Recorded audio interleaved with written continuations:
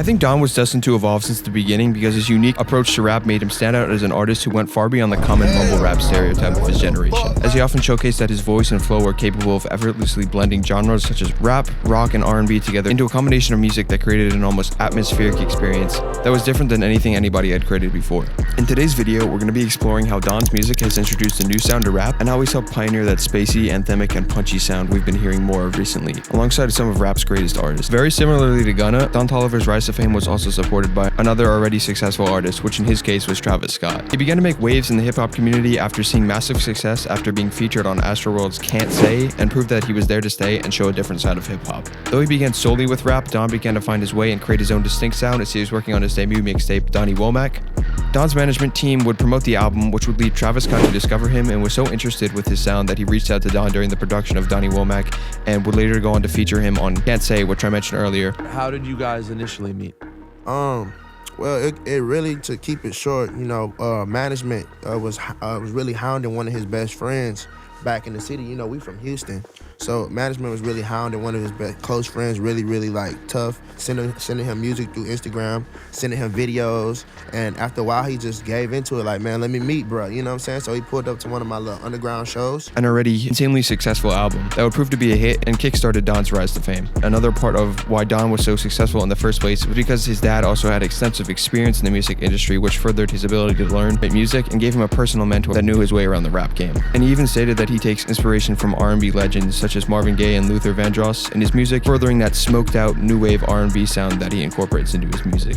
From there, we began to see the first major evolution in Don's career as he took time to own in and further develop his sound and create Heaven or Hell, which was his debut studio album, which was a piece of music that showed a more personal side of him. Songs like Can't Feel My Legs and Wasted explore a more wild and careless side to him, with the songs mainly being about doing reckless things and him not really caring about the effects, where on the other hand, there's songs like Cardigan,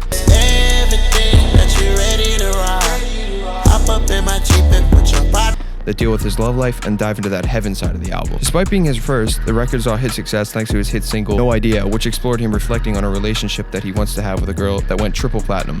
As he continued to create music and had more of a grip on the game, he began to put more of his personal interest into music, and it felt more like what he was passionate about making. Life of a Don, his second studio album, was a perfect example of this as he built off the experiences he had spoken on in Heaven or Hell, and was an album that focused mainly on him as a person rather than a superstar. This album is used as a sort of canvas to recollect some memorable moments from his life, including love, relationships, and just having fun. Songs like Drugs and Hella Melodies and Double Standards speak to his love life and how difficult it is just to be human at some points in your life. It's so hard to be human. It's so hard to just live and learn with all of your mistakes.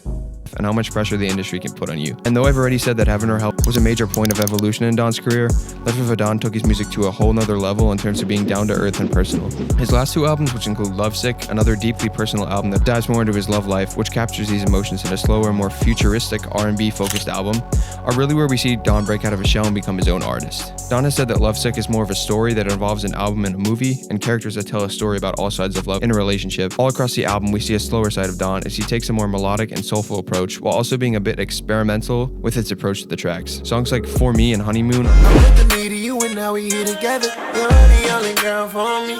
You're the only girl I need. Okay, let's go. Play a role. You're moving how I'm moving if I say so. are great examples of how he builds off of his unique voice that he's known for by testing different beats and vocal delivery styles while also keeping the aspects that define him. His latest project, Hard Stone Psycho, is actually intentionally connected to Lovesick as he deals with just having fun and going crazy or psycho from being lovesick. My last album was Lovesick, and sometimes you lovesick for so long it drive you psycho.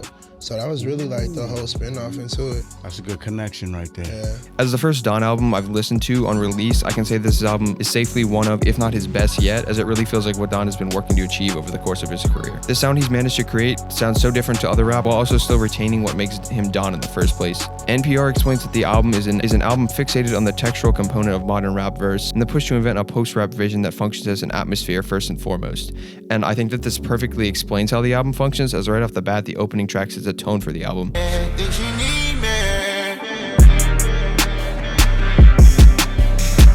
Don't be afraid, know just what you better than. She went and popped, so I left no evidence. When listening to it, you can already tell that there's a lot of effort put into it to make it sound really distinct, and that pays off as it has an almost dystopian type feel. This, combined with the fact that it explores Don's love for motorcycles and bikes and the whole biker gang aesthetic, leading him to create a really interesting identity of Hardstone Psycho and the Hardstone President, as he mentions in one of the tracks, which all fits really well together to create a really unique, almost narrative-driven album. Overall, through his work over the past half a decade, Don has further crafted his sound and has gotten to the point in his career where he's finally found his sound, leading him to create things that feel more personal to him, and has put his own spin on talking about some of the more generic rap content, like women, cars, and clothing, which in itself sort of proves that he's here to bring a different side of rap out. Don's discography shows the gradual evolution of an artist who from the start entered the rap scene with a dystopian sound that helped him differentiate himself from other artists and create music that stands the test of time.